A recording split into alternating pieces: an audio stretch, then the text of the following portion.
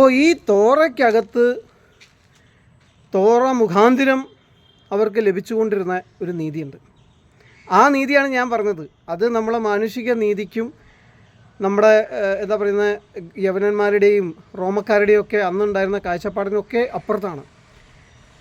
ആ ദൈവത്തിൻ്റെ നീതി ന്യായപ്രമാണത്തിൻ്റെ അടിസ്ഥാനത്തിൽ അല്ലെങ്കിൽ ന്യായപ്രമാണത്തിൽ അവർ നിലനിൽക്കുന്നുണ്ടോ ഇല്ലയോ എന്നതിൻ്റെ അടിസ്ഥാനത്തിൽ ആണ് ഇതുവരെയും അവർക്ക് ലഭിച്ചുകൊണ്ടിരുന്നത്. എന്നാൽ ആ ന്യായപ്രമാണത്തിൻ്റെ പ്രവൃത്തികൾ കൂടാതെ ദൈവം അതേ നീതി തരാനായിട്ട് ആഗ്രഹിക്കുകയാണ്. എന്ന് പറഞ്ഞാൽ ദൈവത്തിൻ്റെ വിശ്വസ്തത മൂലമുള്ള ദൈവത്തിൻ്റെ രക്ഷാപ്രവർത്തനം, അതിന് ദൈവമാണ് പൂർണ്ണ ഉത്തരവാദിത്തം. അങ്ങനെയുള്ള ആ ഒരു നീതി ഇനി ന്യായപ്രമാണത്തിൻ്റെ പ്രവൃത്തികൾ കൂടാതെ ദൈവം നൽകാനായിട്ട് ആഗ്രഹിക്കുകയാണ്. എങ്ങനെയാണ്? അതാണ് യേശു ക്രിസ്തുവിൽ കൂടെ വിശ്വാസം മുഖാന്തിരം ദൈവം തരുന്ന നീതി.